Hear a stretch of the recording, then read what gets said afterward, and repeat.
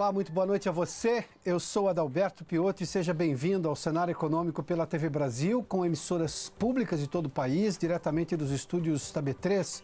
Aqui no centro da cidade de São Paulo, vamos aos destaques do programa de hoje. O presidente Jair Bolsonaro teve alta hoje e, obviamente, o assunto é Previdência a partir de amanhã. Já se estima justamente que a discussão da Previdência e o aval dele ao texto final que será enviado ao Congresso vai acontecer a partir de amanhã, quinta-feira, em Brasília, onde ele já está, inclusive. Paulo Guedes, o ministro da Economia, criticou os tribunais de contas dos estados. Disse que o TCU, o Tribunal de Contas da União, faz um bom trabalho e precisa ajudar os tribunais dos estados a justamente ter fiscalização mais forte para evitar o descalabro financeiro em que parte dos estados está e que justamente afeta a vida da população. O secretário fala em reprivatizar a Vale e as ações sobem. Reprivatizar uma empresa que já foi privatizada. O que isso significa, a gente fala daqui a pouquinho. Mesmo com queda em dezembro, o varejo cresceu em 2018, na verdade confirmou uma alta em 2017 e 2018 depois da crise econômica de 2015 e 2016. Mas dezembro teve uma queda, justo pelo fato de que em novembro, dada Black Friday, as vendas foram bem mais altas. E no estúdio Planejamento Financeiro, a gente fala sobre, por exemplo, infidelidade financeira dentro de casa, entre um casal, ou seja, entre o marido e a mulher. O que exatamente isso pode representar nas finanças da casa, dos parceiros ali da casa. Tudo isso no cenário econômico que já está no ar.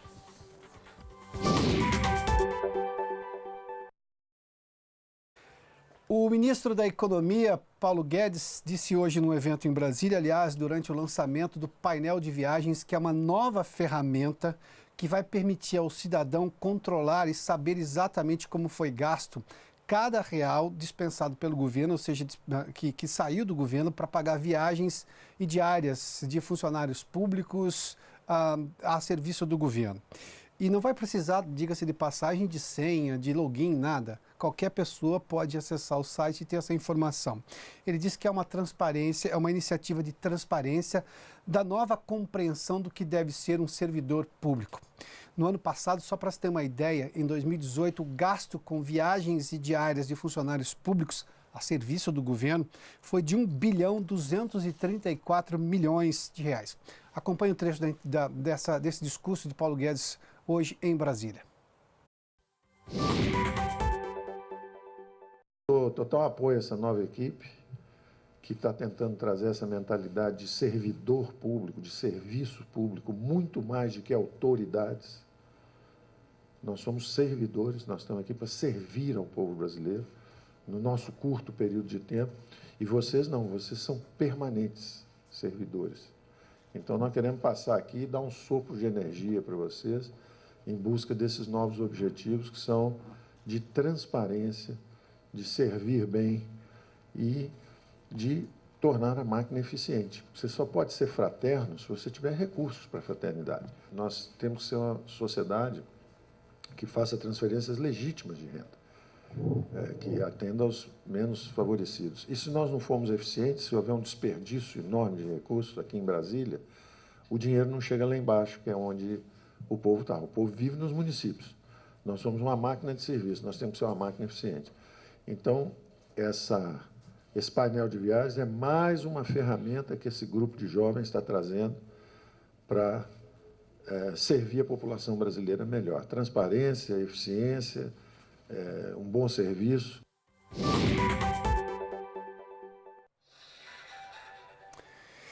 Paulo Guedes voltou a defender a reforma da Previdência durante esse discurso e citou os insistentes pedidos que recebe no Ministério da Economia por subsídios, ajuda financeira de vários dos setores da economia. Vamos lá. Todo mundo vem pedir subsídios, disse o ministro. Dinheiro para isso, dinheiro para aquilo. Eu falo. O que vocês podem fazer pelo Brasil? Quebraram o Brasil. Ele fez menção nesse momento ao presidente americano John Kennedy, que dizia o que você pode fazer, antes de perguntar o que o país pode fazer por você, você deve se perguntar o que você pode fazer pelo seu país. E justamente o que ele perguntava, o que vocês podem fazer pelo país? Qual é a contrapartida, no mínimo essa hipótese de contrapartida para receber um subsídio governamental? Paulo Guedes tem feito críticas severas, aliás, contínuas, à questão de subsídios para vários setores da economia. Claro que há um momento de acomodação para saber que setores realmente precisam, de que forma precisam e qual é o retorno disso, ou seja, o que eles devolvem ao país. Mas essa crítica tem sido insistente pelo ministro Paulo Guedes. Aliás, no final, ele inclusive criticou os tribunais de conta dos estados, a quem ele disse faltou controle para que os estados chegassem nessa situação de penúria financeira. Alguns estados, não são todos, mas vários estados brasileiros têm problemas. E ele fez menção, inclusive, que o TCU é um exemplo de fiscalização que deverá, inclusive, ajudar os tribunais de contas dos estados. Acompanhe. Eu acho que o TCU, inclusive, vai ter que ajudar agora os TCS, que são os Tribunais de Contas Estaduais, porque os governos estaduais estouraram em visível falta de controle dos tribunais estaduais. Então, é um desafio também que nós estamos lançando para os Tribunais de Contas Estaduais tentarem subir ao padrão do Tribunal de Contas da União, que está fazendo um trabalho extraordinário de controle.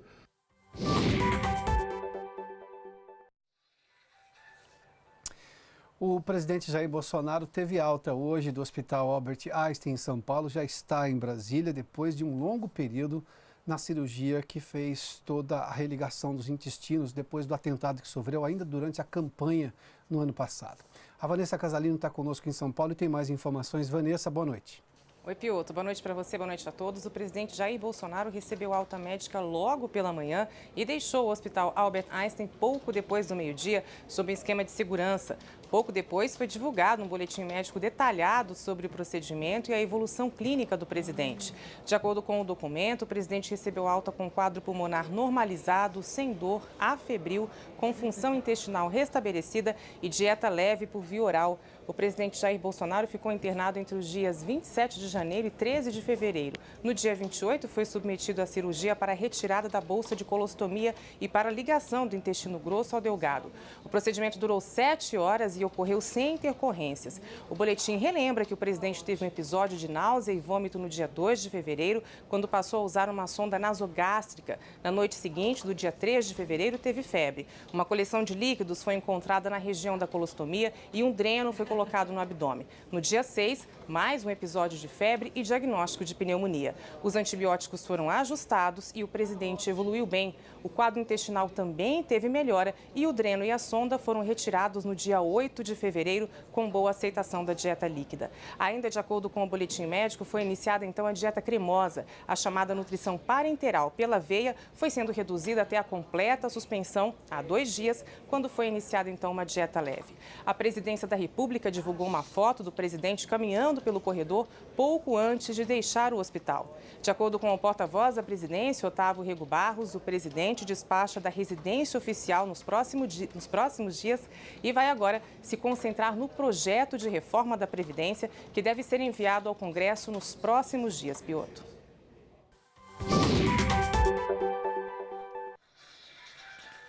Há uma espera ansiosa dos investidores no Congresso Nacional dos Brasileiros, porque a última palavra sobre o texto final que vai ser apresentado ao Congresso da reforma vai ser dada pelo presidente Jair Bolsonaro. A equipe econômica teve aquele pequeno vazamento dias atrás, mas não há mais dados concretos, ou seja, esse texto já passa a ser analisado de forma rápida e intensa pelo próprio presidente a partir de amanhã, sim, em Brasília.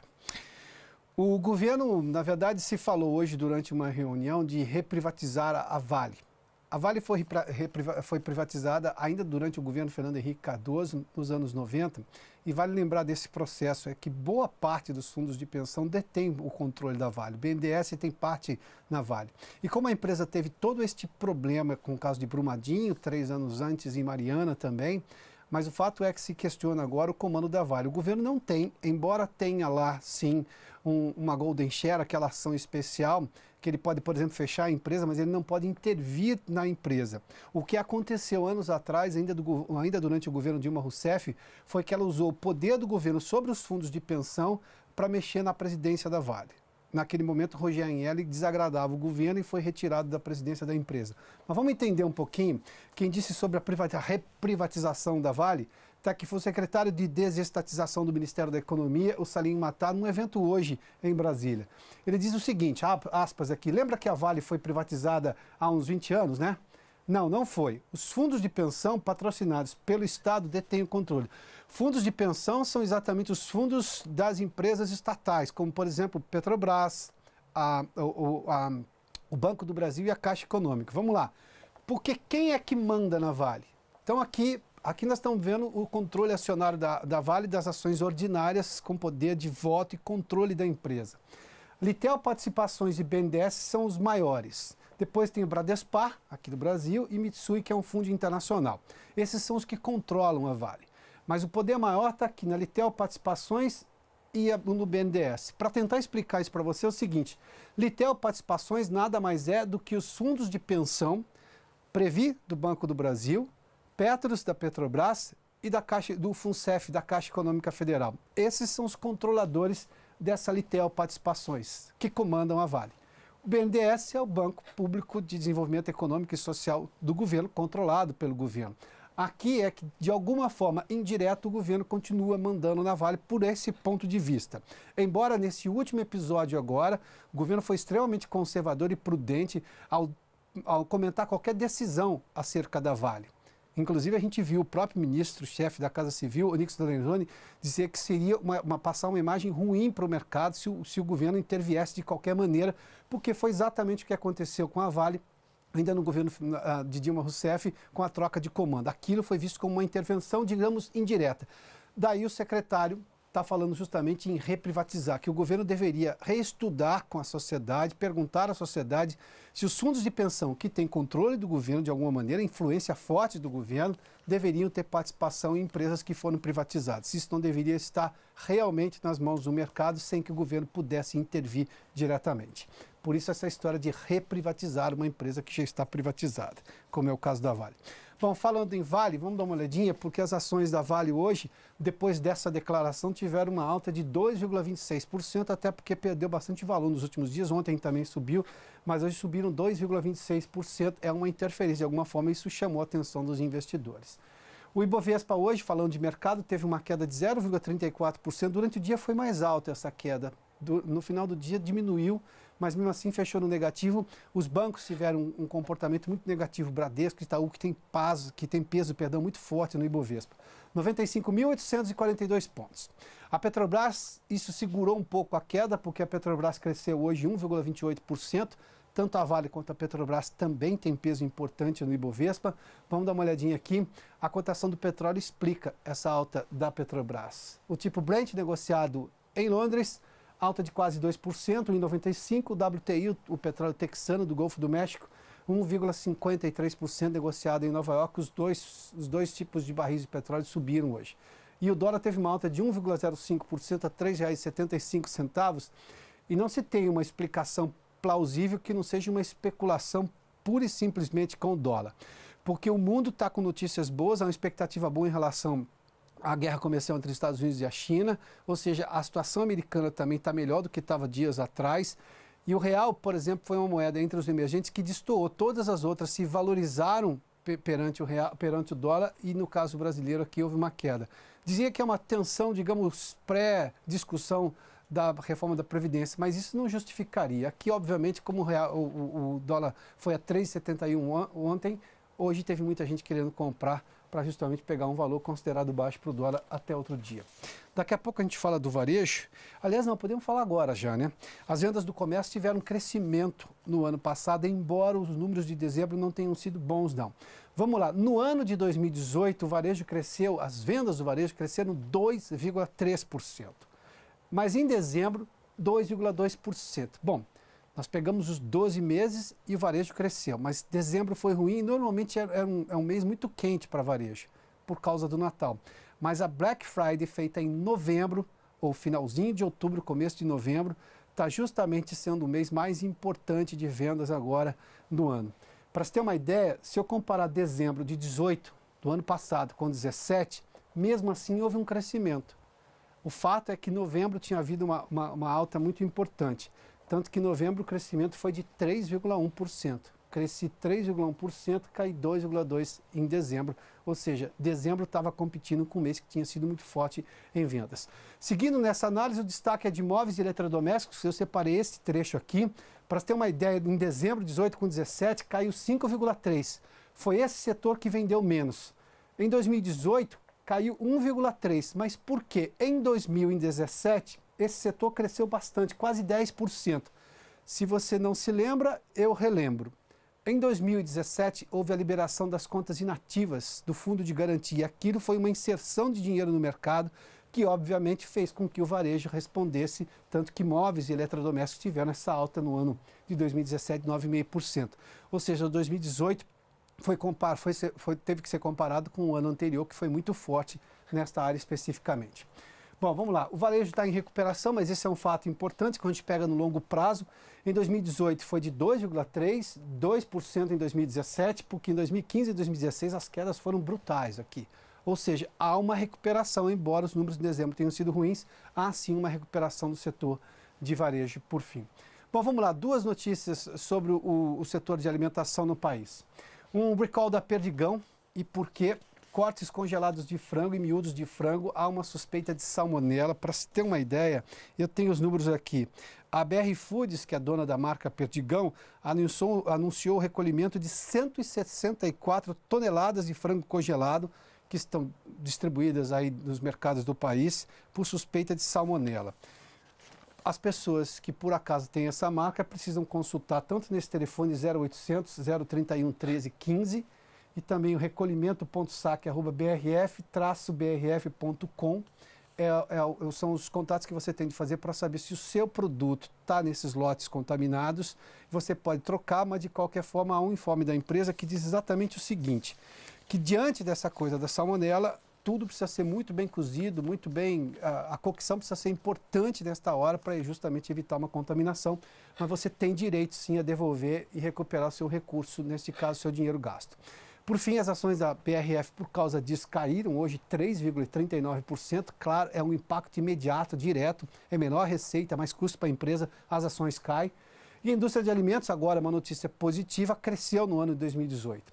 13 mil novos empregos, 2,08% de faturamento maior, um crescimento que chegou a 656 bilhões de reais no ano passado. Isso tudo em vendas tanto no mercado interno quanto exportações. Isso representa, só para se ter uma ideia, o tamanho da indústria, 9,6% do PIB. Nós estamos falando de consumo das famílias, ou seja, de vendas, isso tudo é extremamente importante para o produto interno bruto. Bom, vamos fazer um intervalo, daqui a pouco a gente fala sobre planejamento financeiro, mas a questão especificamente dentro da discussão entre os casais, sobre como fazer um bom planejamento financeiro e evitar problemas nessa área. Logo depois do intervalo aqui no Cenário Econômico, eu volto em instantes. Já de volta com o Cenário Econômico e para falar de um tema, aliás, a expressão é extremamente interessante, infidelidade financeira. É discussão de contas dentro de casa, ou seja, entre o casal.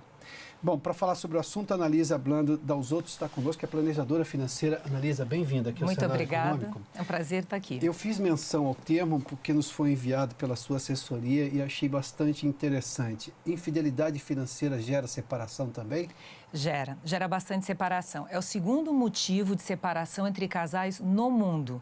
Essa dificuldade que as pessoas têm de se relacionar com dinheiro. A gente precisa considerar que ninguém, ainda mais no Brasil, que ninguém tem educação financeira, ninguém estudou para isso. Então, as pessoas fazem de uma forma... Não se fala de dinheiro, que é a falta de educação. Então, as pessoas dão o seu melhor, mas cada um se vira com as ferramentas que tem. Então, vem de duas culturas diferentes, quando se unem, dá muito problema. Tem muitos casais que não têm problema, mas muitos têm.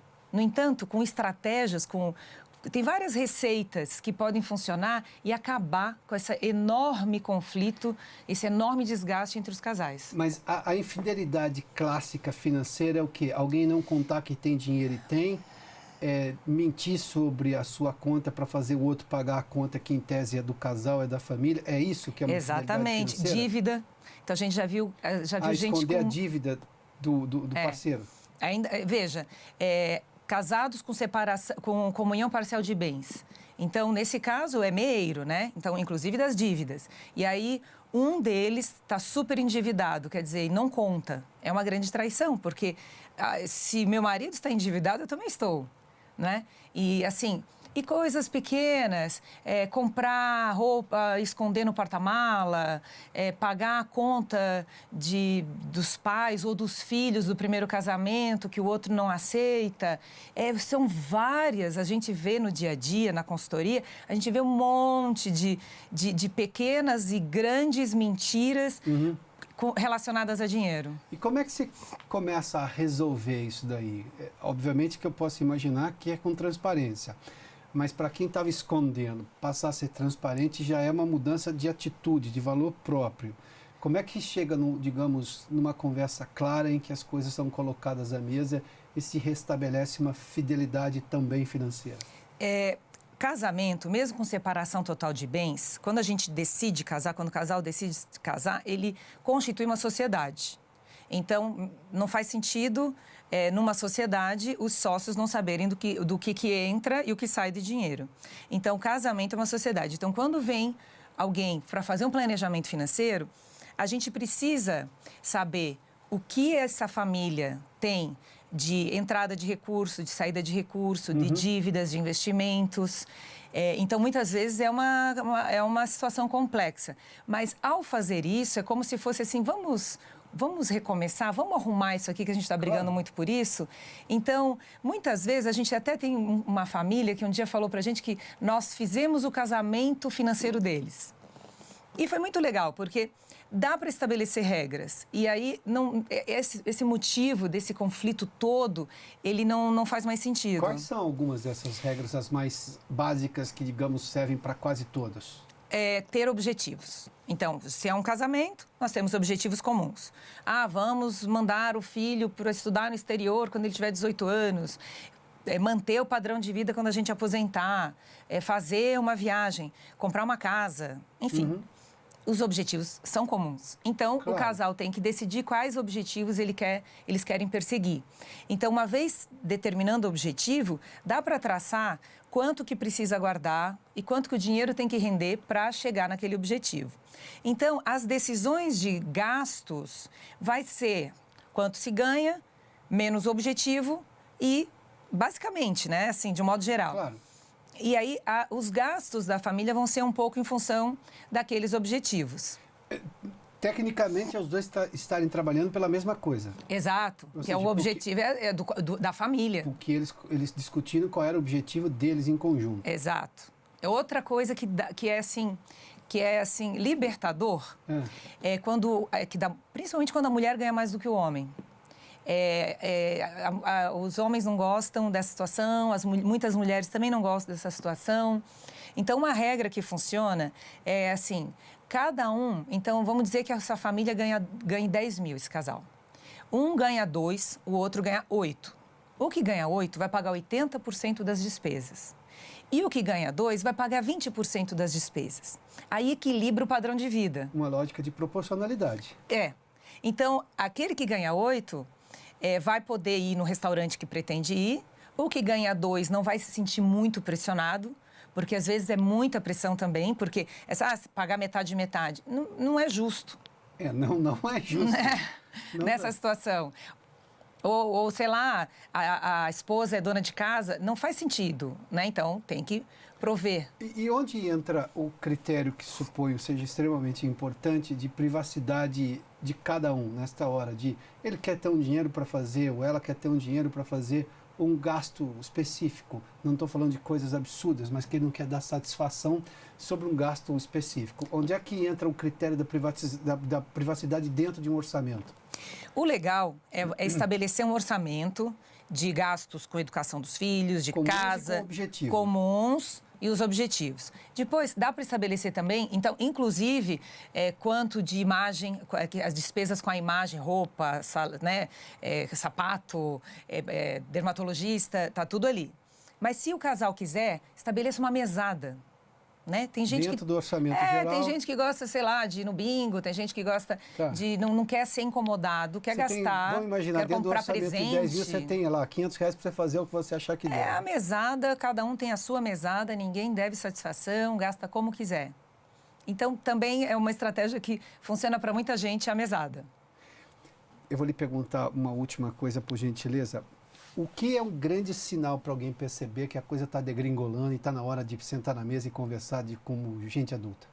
Briga. Briga. A briga. Por que você gastou isso, por que você gastou aquilo e por aí vai. É de muito... uma forma violenta, normalmente é agressivo isso daí, né? Sim. Se sim. chegou nesse ponto... Tem que conversar. Não faz sentido essa briga, não tem motivo. Se tiver transparência, de novo, é uma sociedade, se tiver transparência e cada um estabelecer os limites, porque tem coisa que não dá para fazer, não dá para fazer. Claro. Então, por que eu vou brigar se eu não consigo fazer aquela viagem dos sonhos esse ano? Não dá, entendeu? Quanto mais se conversar, as pessoas falam muito pouco sobre dinheiro. Quanto mais se conversar, melhor. Inclusive, quando os filhos ficam adolescentes, chamar os filhos para conversa também. Esse aqui é o limite. Então, não é porque eu sou ruim ou porque você... Não, você vai... Tem que viver dentro do orçamento. Claro. Aí, quem não vive dentro do orçamento precisa de pegar ajuda, né? Analisa, obrigado pela gentileza da entrevista, viu? Bom, o assunto é para lá de interessante, convenhamos. Daria para a gente continuar por pelo menos mais uns 20 minutos aqui. Bom, vamos economizar no tempo e você começa a conversar sobre esse assunto na sua casa. O Cenário Econômico termina aqui. Obrigado pela sua companhia, pela audiência. Boa noite a você. Amanhã a gente está de volta às 7 da noite pela TV Brasil, a sua TV pública. Até lá.